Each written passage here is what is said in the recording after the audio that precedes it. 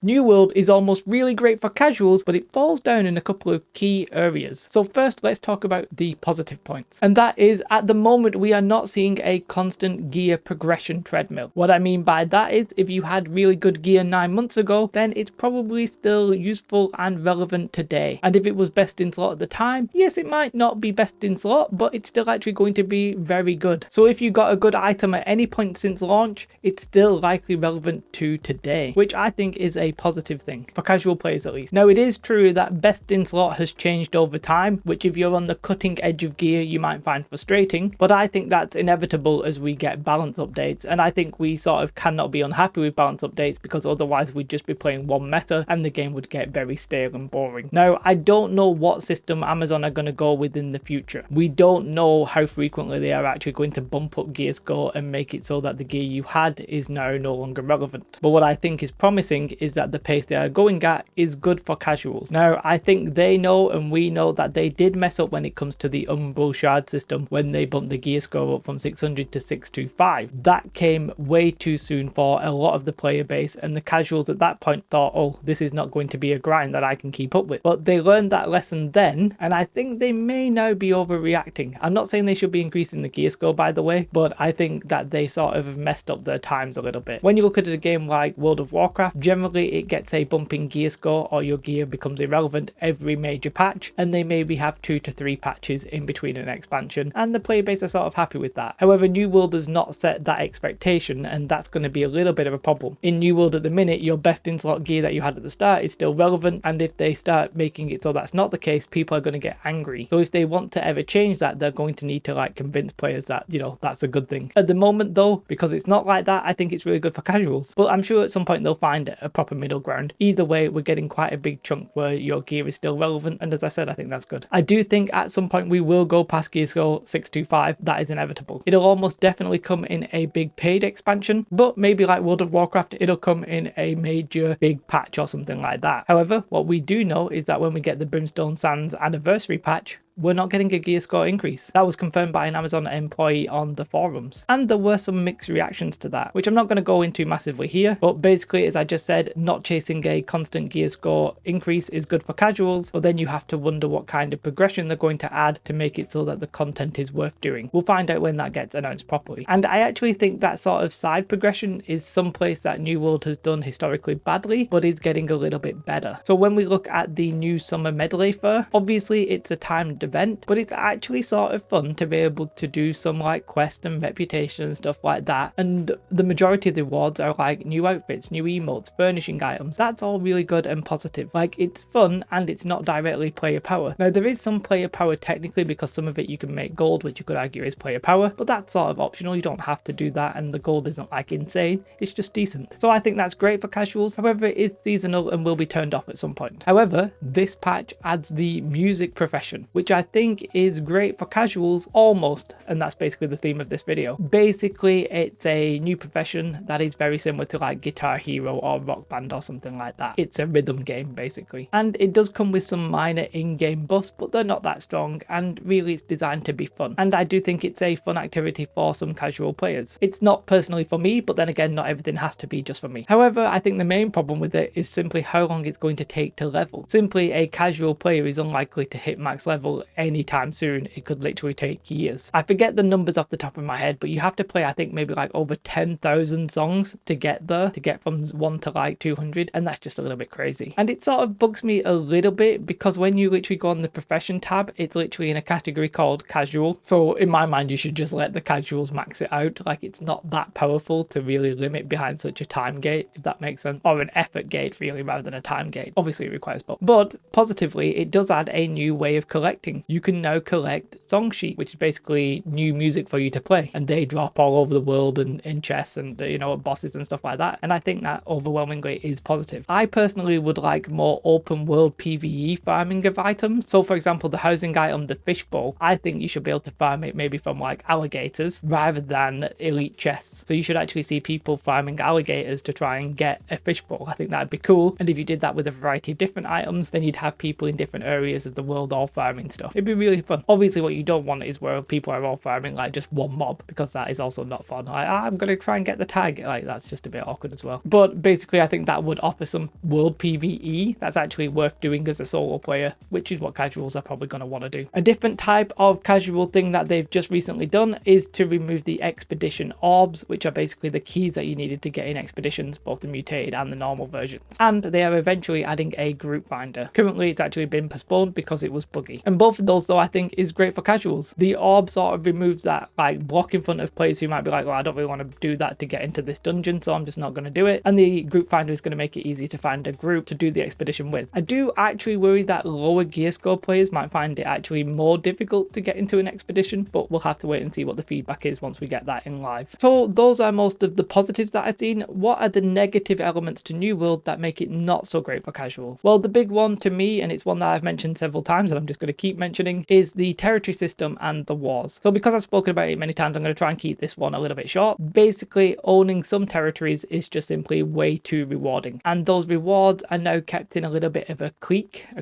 I'm not actually sure what the right word is. Basically, a small group of players have most of the rewards from the territories. So you have the best players getting the best rewards, and it's quite hard for anybody else to catch up and to get into that group. Now, I obviously agree that owning a territory should be rewarding. I just think that the amount that it is rewarding is way too much. Several million gold a week to me is a little bit mind-blowing. And not only that, the tax system basically means you're taking money from the casual players and giving it to the hardcore players, which is basically the poor funding the rich. Literally like real life. But this is a game. It doesn't have to copy real life. We don't have to agree to that system. And I think it's bad in both. So yeah, I really don't like the territory system. I think it's bad for casuals because it's a little bit awkward to be involved in. And it's too rewarding to the hardcore players. I also think that for the wars, it's actually a little bit too difficult for casual players to get into them. Now, this is another big subject, but basically on some servers, you'll have it's almost like a set number of players who are doing it, which might be like 200 players on a server who are the people who will participate in 90% of the wars. You might have heard of the like 90-10 rule, and I sort of suspect in New World that 90% of the wars are probably completed by like 10% of the player base, maybe even less. But basically it makes it so that casuals cannot really get involved. Now, there are some fixes to this coming. One apparently is going to be a queuable war system, so that if you're a casual player and you just want to experience what a war is like, then you can go ahead and do so, which is fine for the people who just want to experience the gameplay. But for the people who actually want to be involved in the territory system and actual meaningful wars, not really going to help too much there, but that's okay. I'm sort of happy to be left out of the system if it's good for the health of the game. I also think that when we get cross-realm, this might make it so that casuals sort of decide to group together on a server. So basically casuals might just go on a lower populated server because they can still do outpost rush and find groups and stuff like that, but they're actually more likely to get into the wars, but the wars will be less valuable because there'll be less people on the server, ultimately making it so casuals are sort of in a world of their own. The downside to that is you might ultimately get like a hardcore guild that comes in and just destroys everything, but that's just the way things are going to go. But overall, when it comes to wars, I think one obvious solution that they could implement right now is to make it so that you can only be in one war per day, and I would also like to see where the attacker gets to be a little bit more involved in the scheduling so that you could put a company under stress at the same time. Anyway, that system is not really casual friendly,